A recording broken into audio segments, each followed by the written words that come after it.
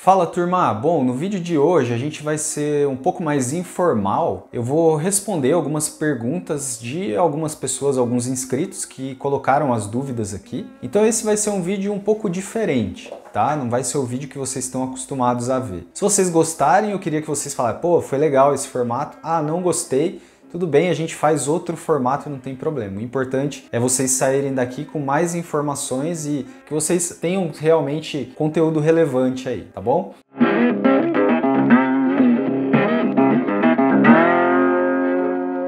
Então eu vou começar, a primeira dúvida foi do Wagner de Carlo. Ele falou assim, existe algum medicamento, um fitoterápico, um método ou algum alimento para diminuir o período refratário? Depois dos 40, ele falou assim, fica mais difícil da gente conseguir dar a segunda, dar a terceira, enfim. Só para quem não sabe, né, para quem chegou agora, para quem ainda não viu, o período refratário ele é aquele período em que o homem se recupera entre uma relação e outra. Então você vai lá, tem a relação, você ejacula, o pênis fica flácido e aí depois existe um tempo até você conseguir se recuperar para a próxima relação. Quando a gente é mais novo, ali com 20, 30 anos de idade, esse período ele é menor. Então, às vezes você consegue uma, duas, três, quatro relações aí. Tem gente que fala que consegue até mais durante uma noite. Mas com o passar do tempo, esse período refratário ele vai ficando cada vez maior e acaba fazendo com que você não consiga ter ali mais de uma relação durante a noite. O que eu queria dizer é que assim, não existe nenhuma medicação específica ali para a redução do período refratário. Se você quiser manter uma boa qualidade de ereção, você vai ter que cuidar da sua saúde de uma forma geral, né? Alimentação, exercício físico, saúde mental, tudo isso que a gente fala bastante aqui no canal para que você garanta por mais tempo uma qualidade boa aí de relações. Agora, muito mais do que a quantidade, isso parece meio óbvio, mas o homem gosta de falar assim, né? Poxa, eu consegui dar 2, dar 3 aí na noite, dar 4 e tudo mais. Mas às vezes a pessoa com quem você tá nem tá ligando e talvez as outras relações nem sejam tão bacanas quanto aquela primeira que você teve. Então nem sempre a gente tem que pesar bastante, né, a questão de quantidade e qualidade das relações. Então fica a dica aí para você, mas respondendo objetivamente, não existe nenhum medicamento aí que possa fazer a redução do período refratário.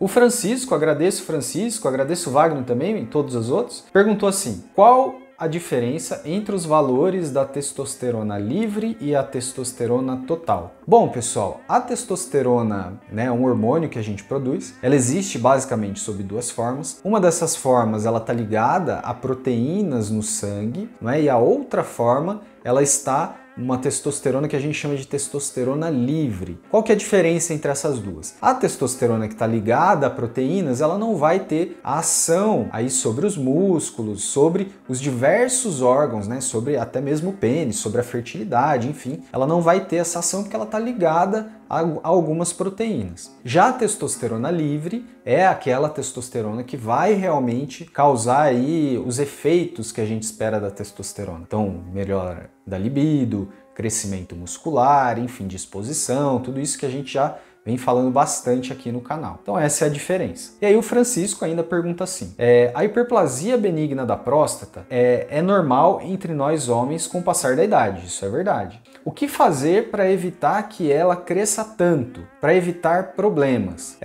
A hiperplasia da próstata, né, esse aumento da próstata que em alguns homens vai causar principalmente dificuldade para urinar. Então a pessoa acorda às vezes à noite, aumenta a frequência de ir no banheiro durante o dia, o jato urinário acaba ficando mais fino. Então tem pacientes que até precisam tomar medicação e outros que precisam até operar. O que a gente precisa fazer para reduzir o tamanho da próstata? Quando ela já está muito grande, está dando sintomas, existem alguns medicamentos que a gente pode utilizar para reduzir o tamanho da próstata. Mas, de uma forma geral, cuidar da nossa saúde, cuidar da nossa alimentação, pode parecer que eu estou falando aqui coisas que são muito banais, mas tem vários estudos comprovando que a dieta, exercício físico, o tabagismo tem relação com o aumento da próstata também. Existem outros fatores que a gente não pode mudar, como a parte genética, né? Então, a parte genética também influencia nisso. Então, pais, a parte familiar, de fato, né, vai interferir no tamanho da próstata. Então, o que a gente precisa fazer é melhorar hábitos de vida.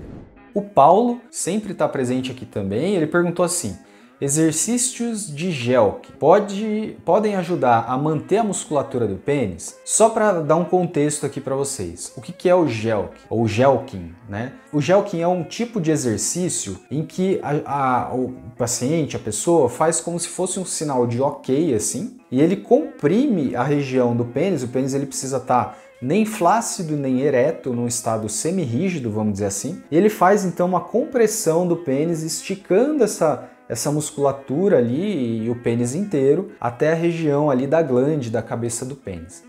Sobre os exercícios, a gente não tem grandes estudos na literatura médica sobre esses exercícios. Então, eu não recomendaria a utilização do Jelking para aumento peniano ou para fortalecimento da musculatura. Se você cuidar bem da sua saúde, se você manter ereções aí, sejam ereções durante relação, masturbação e tudo mais, isso vai fazer com que a musculatura do pênis ela se mantenha aí oxigenada ao longo do tempo.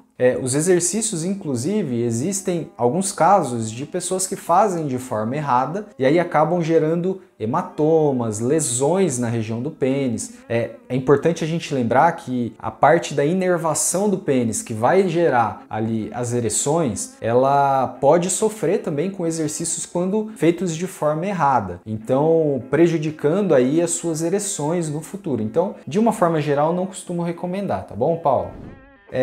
O Glaudson aqui, ele também perguntou o seguinte, sobre a diferença entre formatos, né, penianos. E o pênis ele realmente vai ser diferente dependendo de uma pessoa para outra, né? Existem pessoas inclusive que nascem com o pênis curvo congênito, né, que é uma curvatura peniana. Outros vão adquirir essa curvatura ao longo da vida. A gente chama isso de doença de Peyronie. Em alguns casos, quando a curvatura é muito grande e impossibilita aí uma relação sexual, a gente até indica o tratamento cirúrgico. E aí ele até faz uma pergunta, né, que assim, quando você vai no urologista, você precisa se depilar, precisa tirar os pelos aí da região, é orientado assim, facilita um pouco mais o exame físico, principalmente da região genital ali, onde a gente vai buscar lesões penianas, né, principalmente verrugas penianas. Não é nem tanto pela parte estética, vamos dizer assim, é mais para facilitar o exame físico na hora que você for ser examinado. Isso facilita muito pra gente que vai examinar, tá bom?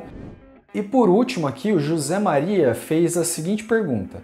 O homem pode se masturbar todos os dias? É o seguinte, pode se masturbar todos os dias, não tem problema nenhum. A gente fez um vídeo aqui no canal, inclusive, falando sobre isso, né? Falando sobre ejacular todos os dias. Sempre quando a gente fala, né, do assunto masturbação, é um assunto bem polêmico e que alguns vão ser a favor, outros vão ser contra. E é importante eu lembrar aqui que eu não estou falando nada sobre religião, não é? Então, se você tem a sua crença, eu respeito a sua crença, acho que não é uma apologia à masturbação. O excesso de masturbação, claro, ele é muito ruim. Existem pessoas que substituem a masturbação por uma relação sexual, né, de forma presencial ali, e isso é muito ruim, traz muitos prejuízos aí para o convívio dessa pessoa. Isso não é bom e a gente não recomenda. Agora, a prática da masturbação em si, se for diária e não trouxer esse isolamento sexual, não vejo problema nenhum nisso. Assim como diversos trabalhos que a gente vê não vê em relação, inclusive sobre produção de testosterona, sobre a fertilidade, enfim, isso não vai ter repercussão nenhuma.